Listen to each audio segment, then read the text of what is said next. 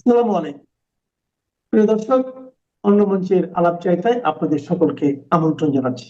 সুপ্রিয় দর্শক শ্রোতা মণ্ডলী, তো আজকে যে জন্য আপনারা এতক্ষণ থাম্বনেল এবং হেডলাইন দেখলেন যে আমাদের যিনি আপনার পররাষ্ট্র মন্ত্রী হয়েছেন আর কি, খলিল রাজার খলিল, তিনি আসলে কেন এই মন্ত্রিসভায়।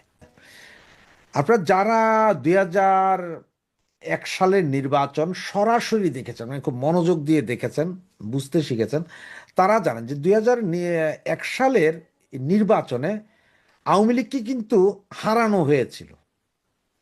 এটা একদম স্বীকৃত কর্তা যে লতিফুর রহমান যিনি ছিলেন, লতিফুর রহমান সিইসি ছিলেন, প্রধান নির্বাচন কমিশনের তত্ত্বাবধায়ক সরকার প্রধান, ওনারা মিলে আওয়ামী লীগ সরকারকে হারিয়েছিলেন। তা নাহলে আওয়ামী লীগ সরকার এত কম সিট পেত না। আওয়ামী লীগ সরকার, ঠিক আছে, আমি ধরে নিলাম যে হারাননি, আওয়ামী লীগ সরকার জিততো না, ওখানে বিএনপি জামাত জোটই জিততো, যে তাহলে হয়তো 100 সিট মিনিমাম পেত আওয়ামী লীগ, এত কম সিটে আওয়ামী লীগ। তো সেই সময়কার এই যে 2001 সালের তত্ত্বাবধায়ক প্রধান লতিফুর রহমানের ভাইরা হচ্ছেন যে আমাদের এই খলিলুর রহমান। তিনি ভাইরা কাম পিএস ছিলেন এই লতিফুর রহমানের, আমাদের রাজার খলিল। তো ধরেন ওনারাই তো এনেছিলেন ওই সময় বিএনপি জামাতকে। জামাতের জামাত এবং বিএনপির সাথে সখ্যতা কিন্তু এই মেজর খলিলের তখন থেকে। এরপরে যখন এই 17 বছর গেল, এরপর আপনারা দেখলেন যে যখন আপনার এই নতুন ইন্ট্রিম করলেন ডাক্তার ইউনূস, এরপরে ওনাকে উড়িয়ে আনা হলেন কাকে, এই আমাদের খলিল সাহেবকে প্রথমে এনে ওনাকে বানানো হলেন কি রোহিঙ্গা বিষয়ক উপদেষ্টা।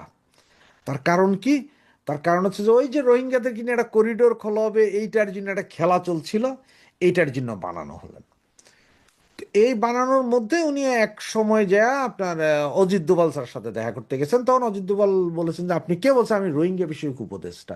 বলছে, আপনি রোহিঙ্গা বিষয়ক উপদেষ্টা, আমার তো আপনার সাথে কথা বলার দরকার নেই, আমি ন্যাশনাল, আপনি যদি কথা বলতে হয় আমার সাথে, যারা কথা বলে, আমি কথা বলতে চাই যে রাষ্ট্রীয় একজন কর্মকর্তা যিনি পুরো রাষ্ট্রের আপনার ইয়ের কি বলে সিকিউরিটি, ন্যাশনাল সিকিউরিটি অ্যাডভাইজার যারা, তাদের সাথে, আমি নিজে একজন ন্যাশনাল সিকিউরিটি অ্যাডভাইজার, আমি আপনার রোহিঙ্গা বিষয়ক উপদেষ্টা নাকি রোহিঙ্গা বিষয়ক উপদেষ্টা আপনার সাথে কথা বলার। চরম বেজ্জতির পরে উনি দেশে ফিরে আসেন। ফিরে এসে পরে ওনাকে আবার সেই ন্যাশনাল উপদেষ্টায় বানানো হয়, পদ ক্রিয়েট করে। এই পদ আমাদের বাংলাদেশে ছিল না। এরপরে আপনাদের নির্ঘাত মনে আছে যখন বিএনপি প্রধান তারেক জিয়া ডিসেম্বরের ভিতর নির্বাচন চাইলেন, সারা দেশ টালমাটাল, হায় হায় হায় হায় হায়, ডিসেম্বরের ভিতর নির্বাচন মানে তো কঠিন জিনিস। তো এই অবস্থায় তারেক জিয়াকে সামাল দেওয়ার জন্য এই আমাদের ন্যাশনাল সিকিউরিটি অ্যাডভাইজার আমাদের খলিল সাহেব, উনি সরাসরি ডাক্তার ইউনূস সহ বাকি যারা আছেন সবাইকে উড়িয়ে নিয়ে আসলেন কোথায়, আপনার লন্ডনে। এইখানে এনে তারেকের সাথে দেখা টাকা করিয়েছেন। এক প্রকার আপনার, যদিও সম্মান দেখিয়ে তারেক ওনার ওখানে গিয়েছে, কিন্তু এক প্রকার এরকম যে তারেকের কাছে যায়, তারেক তুমি আমার আব্বা, প্লিজ আমাকে বাঁচাও। ইনুসের কথা হতো যে আমি তুমি এভাবে করিও না, আমি নির্বাচন দিয়া দিব রে বাবা, আমেরিকারই ঘটনা সব বুঝাইয়া টুজাইয়া দিয়া নির্বাচনে তুমি আসবা বাবা, এগুলো বইলে টইলে গেলেন। এরপর আপনি দেখেন যে এই যে যতগুলো দেশের অ্যাম্বাসেডার বাংলাদেশে নিযুক্ত, আমেরিকান, তার ব্রিটিশ, অমুক তমুক সব অ্যাম্বাসেডাররা কিন্তু আইসা সরাসরি এসে তারেকের সাথে দেখা করে যান। সেগুলো কিন্তু এই ইয়ের কাজ, কার, খলিলের কাজ, খলিলুর রহমানের কাজ। মানে পুরো পৃথিবীর যত কূটনীতিক আছে এদেরকে গোলাইয়া আইনা তারেকের সাথে বৈঠক করাচ্ছেন সব খলিল। তো এত কিছু যে লোকটা করছে, সেই লোকটার প্রতি তো কৃতজ্ঞতা তো থাকবে না, ও তো আর সীমারের বাচ্চা না, তারেক তো আর সীমার না বা পশুর সন্তান তো না, সুতরাং তার তো একটা সিম্পেথি বা এক্সপেক্টেন্স থাকবে। আর কেন জানি মনে হচ্ছে সেই এক্সপেক্টেন্স এবং সেই সিম্পেথির কারণে যে আপনি এত বছর পরে আমাকে ক্ষমতায় এনে দিয়েছেন, এর উপহার হিসাবে খলিলকে এটা দিতে পারে। এবং খলিলের সাথে যেহেতু ইন্টারন্যাশনালি 18 মাসে ব্যাপক একটা কানেকশন আছে, সেই জন্য আপনার উনি দিতে পারেন। এবং দ্বিতীয় হচ্ছে আমাদের পার্শ্ববর্তী রাষ্ট্র যেহেতু ভারত, এবং বিএনপির অনেক বড় বড় সিনিয়র টপমোস্ট নেতা আছেন, যেমন আপনার এই সালাউদ্দিন সাহেব আছেন, আমির খসরু আছেন, ওনারা যে হয়তো আপনার নরেন্দ্র মোদী থেকে শুরু করে অমুক তমুক সবার সাথে কথা বলতে পারবেন, ওনাদের এই ক্যাপাসিটি আছে, যে কোনো বড় বড় হাই পলিটিক্যাল ফিগারের সাথে কথা বলতে পারবেন। কিন্তু ওনারা কেউ ওই ক্যাপাসিটি নেই যে অজিত দোভালের সাথে কথা বলতে পারবেন। এখন আপনারা বলতে পারবেন ভাই অজিত দোভালের সাথে কেন নয়? কারণ অজিত দোভাল তো ভাই না, রাজনীতিবিদ না, উনি টেকনোক্রেট, উনি রাজনীতিবিদ না, উনি ন্যাশনাল সিকিউরিটি অ্যাডভাইজার। উনি একমাত্র ব্যক্তি যে উনি জিও পলিটিক্স, ন্যাশনাল সিকিউরিটি এগুলোর উপরে উনি স্পেশালিস্ট, এইটা নিয়ে উনি কাজ করেন। উনি সরাসরি নরেন্দ্র মোদীর কানে যাইয়া বলতে পারেন।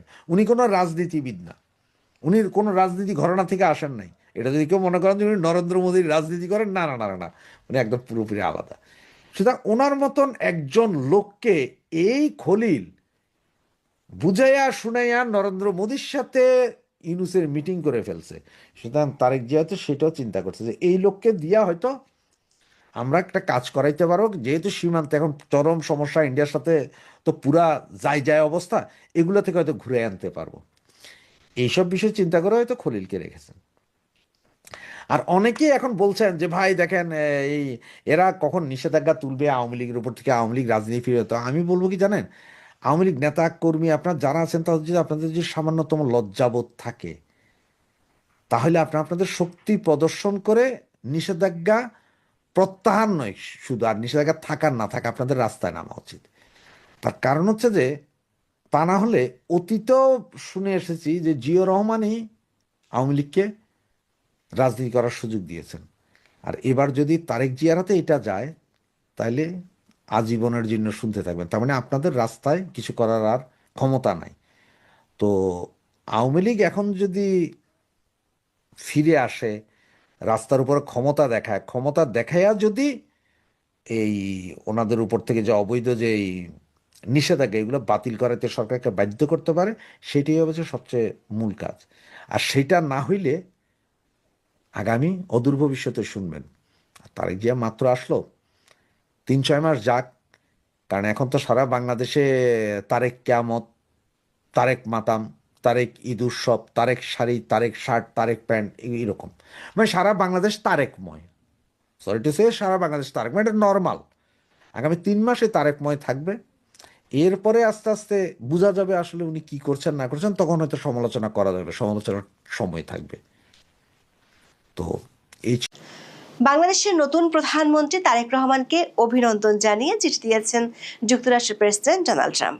বিশ্বের সবচেয়ে ক্ষমতাধর প্রেসিডেন্টের কাছ থেকে অভিনন্দন বার্তা নিয়ে খুশি হওয়ার অনেক কিছু আছে, কিন্তু এই চিঠিতে উল্লেখ করা 3টি বিশেষ বার্তা এমন কিছু বিষয়কে নির্দেশ করছে যেগুলোর আলোকে অনেকে মনে করছেন এই চিঠিটি আসলে এক ধরনের কন্ডিশনাল গ্রিটিং বা শর্তযুক্ত শুভেচ্ছা। প্রথমত, চিঠিতে ট্রাম্প বাংলাদেশ ও যুক্তরাষ্ট্রের মধ্যে নিয়মিত প্রতিরক্ষা চুক্তিগুলো সম্পন্ন করার উপর বিশেষ গুরুত্ব আরোপ করেছেন। প্রশ্ন হলো, বাংলাদেশ আর যুক্তরাষ্ট্রের মধ্যে যে প্রতিরক্ষা চুক্তিগুলো এখন আছে সেগুলো মূলত কিছু প্রজেক্ট নির্ভর চুক্তি। গত 10 বছরের বেশি সময় ধরে যুক্তরাষ্ট্র চেষ্টা করে আসছে বাংলাদেশের সাথে আকসা এবং জিসুমিয়া এই 2 অস্ত্র চুক্তি করতে। শেখ হাসিনা আমলে বাইডেন প্রশাসন যেটিতে ব্যর্থ হয়েছিল, ট্রাম্প প্রশাসন কি এবার সেটিতে সফল হতে চাইছে? দ্বিতীয়ত, নির্বাচনের মাত্র 3 দিন আগে অন্তর্বর্তী সরকার তড়িঘড়ি করে যুক্তরাষ্ট্রের সাথে গোপন বাণিজ্য চুক্তি করে যে বোঝা তারেক রহমানের সরকারের উপর চাপিয়ে দিয়ে গেছে, ট্রাম্পের চিঠিতে সে চুক্তি অনুসরণের তাগিদ আছে। এদিক থেকে চিন্তা করলে ডোনাল্ড ট্রাম্পের চিঠিটি যুক্তরাষ্ট্রের জন্য একটি সফল বিজনেস ডিলের ফলো আপ, আর তারেক রহমানের সরকারের জন্য বিষয়টি দ্বিমুখী তলোয়ার। তৃতীয়ত, ইন্দো প্যাসিফিক অঞ্চলে ট্রাম্পের চিঠিতে যে মিত্র দেশগুলোর কথা বলা হয়েছে তার কেন্দ্রবিন্দুতে রয়েছে ভারত। এখানে চীনের প্রভাব রুখতে ওয়াশিংটনের যে সুদূর প্রসারী কৌশল, সে কৌশল থেকে বাংলাদেশের নতুন সরকার কিভাবে বেরিয়ে আসবে? বাংলাদেশের নতুন প্রধানমন্ত্রী তারেক রহমানকে অভিনন্দন জানিয়ে চিঠি পাঠিয়েছেন যুক্তরাষ্ট্রের প্রেসিডেন্ট ডোনাল্ড ট্রাম্প। চিঠিতে যুক্তরাষ্ট্রের সঙ্গে হওয়া বাণিজ্য চুক্তি বাস্তবায়ন এবং প্রতিরক্ষা চুক্তি করার আহ্বান জানিয়েছেন তিনি। ওয়াশিংটনের স্থানীয় সময় বুধবার 18 ফেব্রুয়ারি হোয়াইট হাউস এই চিঠি পাঠায়। বাংলাদেশের পররাষ্ট্র মন্ত্রণালয় বৃহস্পতিবার ট্রাম্পের ওই চিঠি তাদের এক্স হ্যান্ডেলে প্রকাশ করেছে। দর্শক, ডোনাল্ড ট্রাম্পের অভিনন্দন বার্তায় যে ভাষা ব্যবহার করা হয়েছে তা বেশ ইঙ্গিতবহ। ট্রাম্প যখন একটি বিজয়কে ঐতিহাসিক বলেন এবং সেই সাথে সুনির্দিষ্ট প্রতিরক্ষা চুক্তির কথা স্মরণ করিয়ে দেন, তখন বুঝতে হবে ওয়াশিংটন এই মুহূর্তে ঢাকাকে তাদের আমেরিকা ফার্স্ট নীতির অংশ হিসেবে দেখতে অত্যন্ত আগ্রহী। এই চিঠিটি এমন এক সময় এসেছে যখন বাংলাদেশ একটি দীর্ঘকালীন রাজনৈতিক অস্থিতিশীলতা কাটিয়ে নতুন করে পথ চলা শুরু করেছে। ট্রাম্পের এই বার্তায় মূলত তিনটি প্রধান দিক ফুটে উঠেছে। প্রথমত, নতুন সরকারকে সমর্থন জানানো। দ্বিতীয়ত, বকেয়া প্রতিরক্ষা চুক্তিগুলো স্বাক্ষরের মাধ্যমে সামরিক সম্পর্কের গুণগত পরিবর্তন আনা। এবং তৃতীয়ত, বিগত অন্তর্বর্তীকালীন সরকারের করা বাণিজ্য চুক্তিটি বাস্তবায়নে বর্তমান সরকারকে বাধ্য রাখা। অনেকে মনে করছেন এই চিঠিটি এক ধরনের কন্ডিশনাল গ্রিটিং বা শর্তযুক্ত শুভেচ্ছা, অর্থাৎ যুক্তরাষ্ট্র তার অত্যাধুনিক প্রযুক্তি এবং সামরিক সরঞ্জাম সরবরাহের যে প্রতিশ্রুতি দিচ্ছে তার বিনিময়ে বাংলাদেশের পররাষ্ট্রনীতিতে একটি আমূল পরিবর্তন প্রত্যাশা করছে। এটি স্পষ্ট ট্রাম্পের দ্বিতীয় মেয়াদের প্রশাসন অনেক বেশি লেনদেনমূলক আচরণ করছে, যেখানে প্রতিটি কূটনৈতিক বার্তার পেছনে একটি সুনির্দিষ্ট বাণিজ্যিক এবং প্রতিরক্ষা বিষয়ক কৌশলগত লক্ষ্য থাকে। ট্রাম্প তার চিঠিতে প্রতিরক্ষা সহযোগিতার বিষয়ে প্রধানমন্ত্রী তারেক রহমানের উদ্দেশ্যে বলেছেন, তারেক রহমান প্রতিরক্ষা চুক্তিগুলো দ্রুত সম্পন্ন করতে কার্যকর পদক্ষেপ নেবেন, যা শেষ পর্যন্ত বাংলাদেশের সামরিক বাহিনীকে আমেরিকার তৈরি অত্যাধুনিক সামরিক সরঞ্জাম ব্যবহারের সুযোগ করে দেবে। প্রশ্ন হলো, বাংলাদেশের সাথে বর্তমানে যুক্তরাষ্ট্রের সাথে কি ধরনের অস্ত্র ও প্রতিরক্ষা চুক্তি আছে? বাংলাদেশের সাথে যুক্তরাষ্ট্রের প্রতিরক্ষা সম্পর্কের ইতিহাস পর্যালোচনা করলে দেখা যায় এটি দীর্ঘকাল ধরে মূলত প্রশিক্ষণ, মানবিক সহায়তা এবং দুর্যোগ মোকাবেলা কেন্দ্রিক ছিল। তবে ট্রাম্পের এই চিঠিটি এই সম্পর্ককে একটি নতুন স্তরে নিয়ে যাওয়ার ইঙ্গিত দিচ্ছে। বাংলাদেশের সাথে যুক্তরাষ্ট্রের বর্তমানে কোনো বৃহৎ আকারের অস্ত্র ক্রয় বা পূর্ণাঙ্গ সামরিক জোটের চুক্তি নেই, তবে উভয় দেশ বেশ কিছু প্রতিরক্ষার সংলাপ ও স্বল্প পরিসরের সহযোগিতার মাধ্যমে যুক্ত। 2014 সাল থেকে যুক্তরাষ্ট্র বাংলাদেশকে প্রায় $78.45 মিলিয়ন ফরেন মিলিটারি ফাইন্যান্সিং বা FMF এবং $14.5 million international military education and training বা IMET সহায়তা প্রদান করেছে। এই সহায়তার আওতায় বাংলাদেশ কোস্ট গার্ডের জন্য কাটার ভেসেল, সেনাবাহিনীর জন্য MRAP যান এবং বিভিন্ন ধরনের সামরিক প্রযুক্তি সংগ্রহ করেছে, কিন্তু এগুলো সবই ছিল খণ্ডকালীন এবং নির্দিষ্ট প্রজেক্ট ভিত্তিক। ট্রাম্প এখন যে নিয়মিত প্রতিরক্ষা চুক্তির কথা বলছেন তা এই খণ্ডকালীন সহযোগিতার কাঠামোকে একটি দীর্ঘস্থায়ী ও আইনগত ভিত্তি দিতে চায়। এখানে প্রশ্ন দেখা দিচ্ছে, বিগত বাইডেন সরকার যে দুটি অস্ত্র চুক্তি বাংলাদেশের আওয়ামী লীগ সরকার আমলে করতে ব্যর্থ হয়েছিল সেগুলোকে এবার ট্রাম্প প্রশাসন করে ফেলতে চান বা করার ইঙ্গিত দিয়েছেন। বিগত আওয়ামী লীগ সরকার আমলে আকসা এবং জিসিমিয়া চুক্তি দুটি বারবার আলোচনায় আসলেও তৎকালীন সরকার সেগুলো স্বাক্ষরে অনীহা দেখিয়েছিল। আকসা বা acquisition and cross servicing agreement এবং জিসোমিয়া বা general security of military information agreement মূলত লজিস্টিক্স সাপোর্ট এবং তথ্য আদান প্রদান সংক্রান্ত দুটি চুক্তি, যা মার্কিন সামরিক হার্ডওয়্যার হস্তান্তরের পূর্ব শর্ত হিসেবে কাজ করে।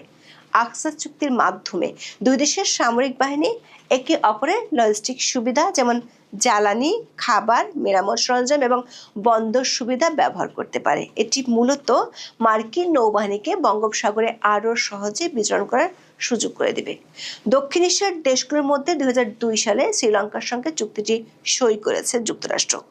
অন্যদিকে জিসুমিয়া হলো একটি অত্যন্ত সংবেদনশীল চুক্তি যা গোপন সামরিক তথ্য এবং গোয়েন্দা তথ্যের সুরক্ষা নিশ্চিত করে। যুক্তরাষ্ট্র সাধারণত F-16 ফাইটার জেট বা অ্যাপাচি হেলিকপ্টারের মতো উচ্চমানের প্রযুক্তি বিক্রি করার আগে জিসুমিয়া স্বাক্ষর বাধ্যতামূলক করে থাকে। ভারতের সঙ্গে যুক্তরাষ্ট্র যে 4টি সামরিক চুক্তি সই করেছে তার মধ্যে এটি অন্যতম। 2002 সালে ভারতের সঙ্গে চুক্তিটি সই করেছে যুক্তরাষ্ট্র। 2013 সালে সাবেক প্রধানমন্ত্রী শেখ হাসিনা দ্বিপক্ষীয় সফরে রাশিয়া গিয়েছিলেন। তখন $100 কোটি সামরিক সরঞ্জাম কেনার চুক্তি হয়েছিল দুই দেশের মধ্যে। তারপর থেকে যুক্তরাষ্ট্র আকসা ও জিসুমিয়া এই চুক্তি দুটি করার জন্য বাংলাদেশের সাথে আলোচনা শুরু করেছিল। 2019 সালে যুক্তরাষ্ট্রের পক্ষ থেকে চুক্তি দুটির খসড়া দেওয়া হয়েছিল বাংলাদেশকে। এরপর 2022 সালের মার্চে ঢাকায় বাংলাদেশ ও যুক্তরাষ্ট্রের মধ্যে অষ্টম অংশীদারি সংলাপে যুক্তরাষ্ট্রের পক্ষ থেকে এই দুটি অস্ত্র চুক্তির নথি হস্তান্তর করা হয়েছিল। কিন্তু 2023 সালের 10 আগস্ট তৎকালীন পররাষ্ট্রমন্ত্রী আব্দুল মোমেন সাংবাদিকদের বলেছিলেন, জাতীয় নির্বাচনের আগে যুক্তরাষ্ট্রের সঙ্গে জিসুমিয়া ও আকসা চুক্তি সই হবে না। তখন ভেস্তে গিয়েছিল মার্কিন বাইডেন প্রশাসনের উদ্যোগ। এরপর অধ্যাপক ইউনূসের আমলে যুক্তরাষ্ট্র সহ অনেকের সাথে অনেক গোপন চুক্তি হলেও এই চুক্তি দুটির কথা শোনা যায়নি। প্রশ্ন হলো, যুক্তরাষ্ট্র কেন এখন এই চুক্তিগুলো করতে মরিয়া? এর কারণ মূলত ভূ রাজনৈতিক। 2025 সালের মার্কিন জাতীয় নিরাপত্তা কৌশলে স্পষ্ট করা হয়েছে, ইন্দো প্যাসিফিক অঞ্চলে চীনের প্রভাব সংকুচিত করা ওয়াশিংটনের শীর্ষ অগ্রাধিকার। বাংলাদেশ যেহেতু ভারত মহাসাগরীয় অঞ্চলের এক কৌশলগত কেন্দ্রে অবস্থিত, তাই বাংলাদেশকে একটি সক্ষম সামরিক শক্তিতে রূপান্তর করে তাকে মার্কিন কমান্ড স্ট্রাকচার লজিস্টিক্সের সাথে যুক্ত করা ওয়াশিংটনের জন্য অত্যন্ত জরুরি। ট্রাম্পের চিঠিতে অত্যাধুনিক বিশ্বের সেরা সামরিক সরঞ্জাম ব্যবহারের যে সুযোগের কথা বলা হয়েছে, তা আসলে এই দুটি চুক্তি স্বাক্ষরের বিনিময়ে একটি টোপ হিসেবে ব্যবহার করা হতে পারে। দর্শক, ট্রাম্প তার চিঠিতে লিখেছেন, পারস্পরিক বাণিজ্য চুক্তি বাস্তবায়নের মাধ্যমে বাণিজ্যিক সম্পর্কের দারুণ গতি ধরে রাখতে তারেক রহমান ডোনাল্ড ট্রাম্পকে সাহায্য করবেন। নির্বাচনের ঠিক 3 দিন আগে 9 ফেব্রুয়ারি ডক্টর মোহাম্মদ ইউনূসের নেতৃত্বাধীন অন্তর্বর্তীকালীন সরকার যুক্তরাষ্ট্রের সাথে একটি দীর্ঘমেয়াদী বাণিজ্য চুক্তি বা agreement on reciprocal trade art স্বাক্ষর করে। চুক্তির গোপনীয়তা এবং তড়িঘড়ি করে স্বাক্ষরের বিষয়টি এরই মধ্যে আলোচনা জন্ম দিয়েছে। অর্থনীতিবিদ এম রাজ্জাক এবং আনু মোহাম্মদের মতো বিশ্লেষকরা একে আধুনিক দাসত্বের দলিল হিসেবে মন্তব্য করেছেন। এই চুক্তির অধীনে বাংলাদেশ প্রায় 7,132টি মার্কিন পণ্যকে শুল্কমুক্ত বা নামমাত্র শুল্কে প্রবেশের অধিকার দিয়েছে। এর বিপরীতে যুক্তরাষ্ট্র বাংলাদেশের তৈরি পোশাকের উপর শুল্ক 20% থেকে কমিয়ে মাত্র 19% করেছে। এই 1% শুল্ক ছাড়ের বিনিময়ে বাংলাদেশকে যে বিশাল বাজার মার্কিন কৃষিপণ্য, এলএনজি এবং বিমানের জন্য উন্মুক্ত করতে হয়েছে, তাকে অসম বাণিজ্য হিসেবে দেখা হচ্ছে। এই চুক্তির সবচেয়ে উদ্বেগের দিক হলো জ্বালানি ও বিমান ক্রয়ের বাধ্যবাধকতা। বিশেষজ্ঞদের মতে, বাংলাদেশের এই মুহূর্তে এত বিপুল পরিমাণ অর্থ দিয়ে বোয়িং বিমান কেনার সক্ষমতা নেই। ফলে ক্রয়গুলো সম্পন্ন করতে বাংলাদেশকে IMF বা অন্যান্য সংস্থা থেকে চড়া সুদে ঋণ নিতে হবে, যা দেশের ঋণ সংকটকে আরো বাড়িয়ে দেবে। অন্যদিকে এলএনজি গ্রুপের ক্ষেত্রে অ্যাক্সিলারেট এনার্জির সাথে যে চুক্তি হয়েছে, তার দাম বাজার মূল্যের চেয়ে অনেক বেশি বলে অভিযোগ উঠেছে। বিশেষজ্ঞরা মনে করেন, বাণিজ্য চুক্তির বাস্তবায়ন হলো একটি দ্বিমুখী তলোয়ার। চুক্তির সমর্থকেরা বলেছেন, 19% শুল্ক হারের ফলে বাংলাদেশ ভারতের 18%-এর সাথে প্রতিযোগিতা করতে পারবে। কিন্তু সমালোচকরা বলছেন, মার্কিন তুলা আমদানির যে শর্ত দেওয়া হয়েছে, তা পোশাক খাতের উৎপাদন খরচ এতটাই বাড়িয়ে দেবে যে এই 1% শুল্ক ছাড় কোনো কাজে আসবে না। এছাড়া ডিজিটাল বাণিজ্য সংক্রান্ত যে বিধিনিষেধ চুক্তিতে আরোপ করা হয়েছে, তার ফলে বাংলাদেশ ভবিষ্যতে চীনের কোনো ডিজিটাল প্রযুক্তি বা ডাটাবেস ব্যবস্থা গ্রহণে বাধার সম্মুখীন হতে পারে। এটি বাংলাদেশের নিজস্ব সাইবার নিরাপত্তা এবং প্রযুক্তিগত স্বায়ত্তশাসনের উপর একটি বড় আঘাত হতে পারে। সুতরাং চুক্তিটি মেনে চলা বাংলাদেশের জন্য লাভজনক হওয়ার চেয়ে বেশি এটি বেঁচে থাকার বাধ্যবাধকতা হয়ে দাঁড়িয়েছে। আবার যুক্তরাষ্ট্র তার 2025 সালের ন্যাশনাল সিকিউরিটি স্ট্র্যাটেজিতে স্পষ্টভাবে বাংলাদেশকে চীনের ট্রেড ডেফিসিট ডিসপ্যারিটি থেকে সরিয়ে আনার কথা বলেছে। ওয়াশিংটন আসলে বাংলাদেশকে চীনের সরবরাহ ব্যবস্থা বা সাপ্লাই চেইন থেকে বিচ্ছিন্ন করে নিজেদের বলয়ে নিয়ে আসতে চাইছে। একে বলা হচ্ছে স্ট্রাকচারাল এক্সক্লুশন। বাণিজ্য চুক্তির একটি অন্যতম শর্ত হলো, বাংলাদেশ যদি যুক্তরাষ্ট্রের শুল্কমুক্ত পোশাক রপ্তানি করতে চায়, তবে সেই পোশাকে ব্যবহৃত কাঁচামাল, সুতা ও তুলা অবশ্যই যুক্তরাষ্ট্র থেকে আমদানি করতে হবে। বর্তমানে বাংলাদেশের পোশাক শিল্পের 80% কাঁচামাল চীন থেকে আসে।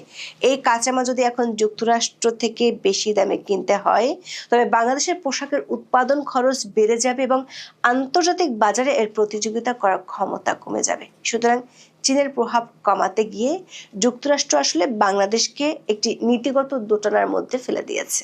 একদিকে বাংলাদেশ চীনের কাছ থেকে সাশ্রয়ী মূল্যে সামরিক সরঞ্জাম ও অবকাঠামো ঋণ পাচ্ছে, যেমন মংলা বন্দর আধুনিকায়ন বা ড্রোন তৈরির কারখানা। অন্যদিকে যুক্তরাষ্ট্র থেকে নিরাপত্তা গ্যারান্টি ও উচ্চ প্রযুক্তির প্রস্তাব আসছে। ট্রাম্পের অভিনন্দন বার্তাটি মূলত বাংলাদেশকে এই দুই শক্তির একটিকে বেছে নেওয়ার জন্য পরোক্ষ তাগাদা দিচ্ছে।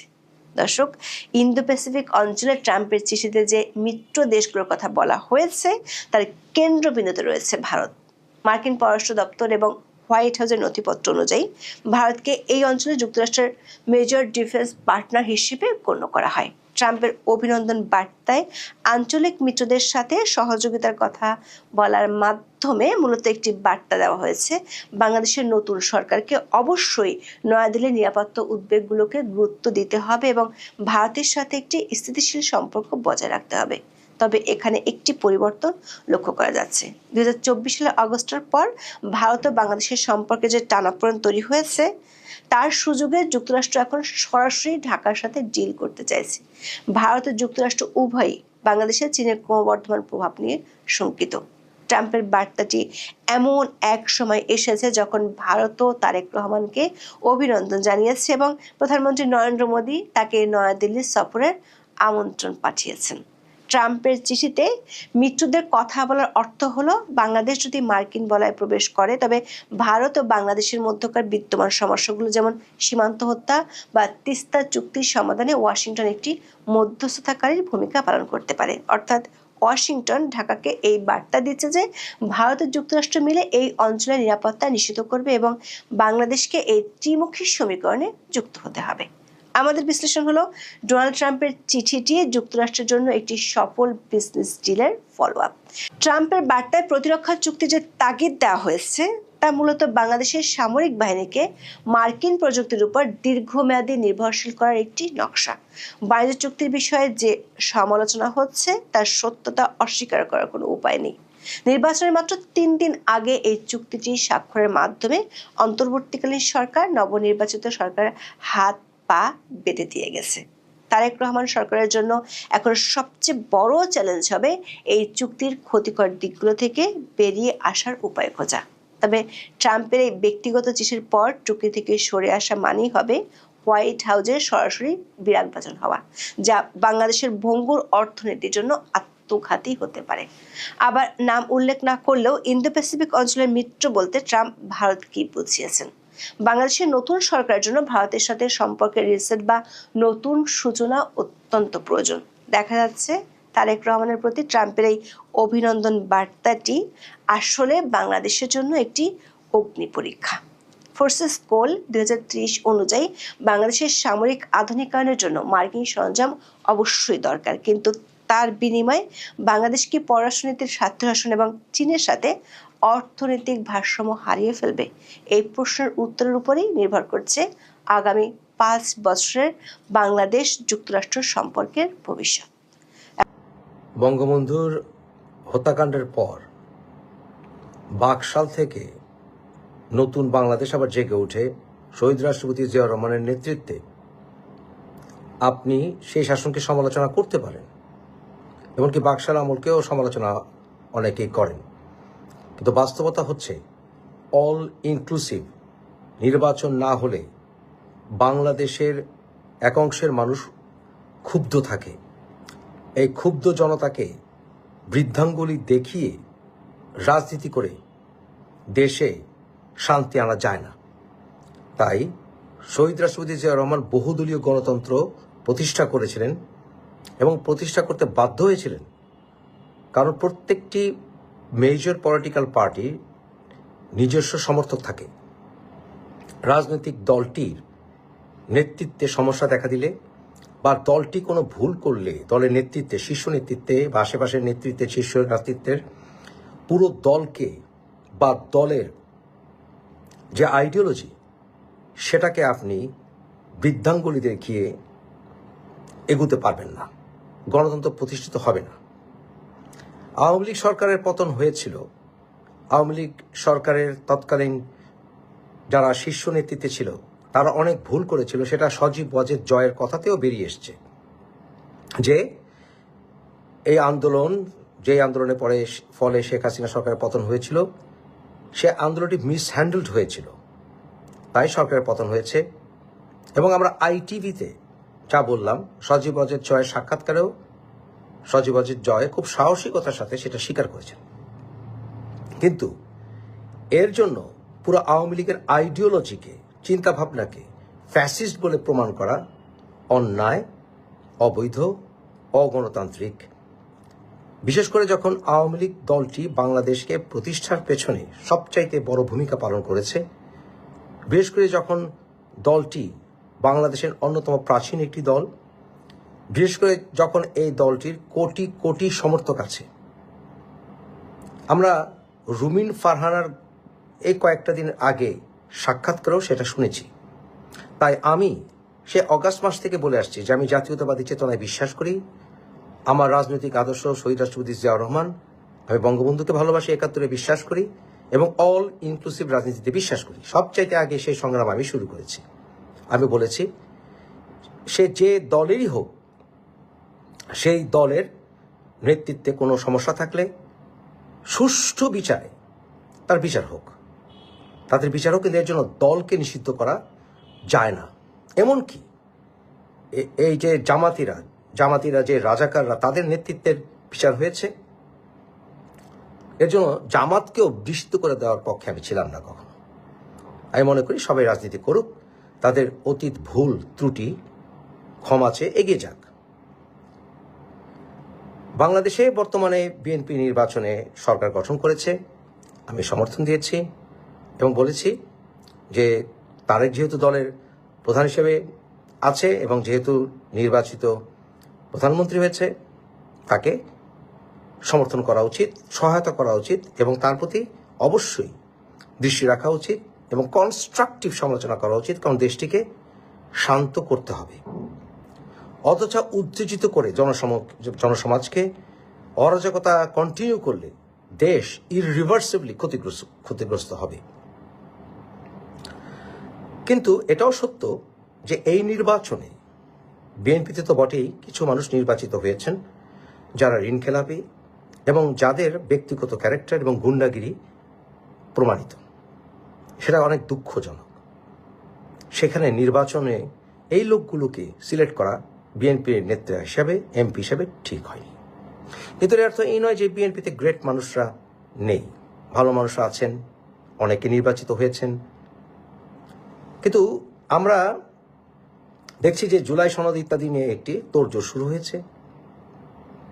সেখানে কিছু বিষয় আছে যেটা আমি একমত, যেমন প্রধানমন্ত্রী দুবারে বেশি না হওয়া একজন, এবং এরকম আরো কিছু বিষয় আছে যেটাতে আমি একমত, আবার কোনো কিছু বিষয় যেতে আমি একমত না। বর্তমান যে পার্লামেন্ট, এই পার্লামেন্টে বিএনপি 2/3 বেশি তাদের মেজরিটি আছে এবং সেখানে বিএনপি চাইলে যা কিছু তা করতে পারে অলমোস্ট। কিন্তু এটাও সত্য, বিপ্লবী সরকার, ইউনিট সরকার গঠন করেনি। যেহেতু বিপ্লবী সরকার গঠন করেনি, যখন বারবার বলেছেন বিপ্লবী সরকার গঠন করে সংবিধানকে তখন বাইপাস করা যেত, কিন্তু তা করেনি। তাহলে এই যে আপনার যে গণভোট হয়েছিল, হ্যাঁ বা না, এটা আসলে সাংবিধানিকভাবে এটা অবৈধ, সেটা আপনাদের আমি বলেছিলাম। সুতরাং আদালতে মামলা করলে এবং বর্তমানে বিএনপি সরকারকে অনুমোদন না দিলে এটা কোনো মতেই, যতই চিৎকার করুক, এটাকে জাস্টিফাই করা যাবে না। এমনকি বিএনপি দল যদি সেটাকে সই করেও থাকে, যদিও তারা উইথ ডিসেন্ট করেছিল, সই করে থাকলেও এটাকে আইনি বৈধতা দেওয়া যাবে না। তাই বিএনপি যদি এটাকে টোটালি ইগনোর করে, কিছু করার নেই, পার্লামেন্ট যা করার করবে। এটাই হচ্ছে এই গণভোটের ফল, কারণ এই গণভোট সম্পূর্ণ সাংবিধানিকভাবে হয়নি। তো যাই হোক, এখন আসলে আপনি কি করা যায়?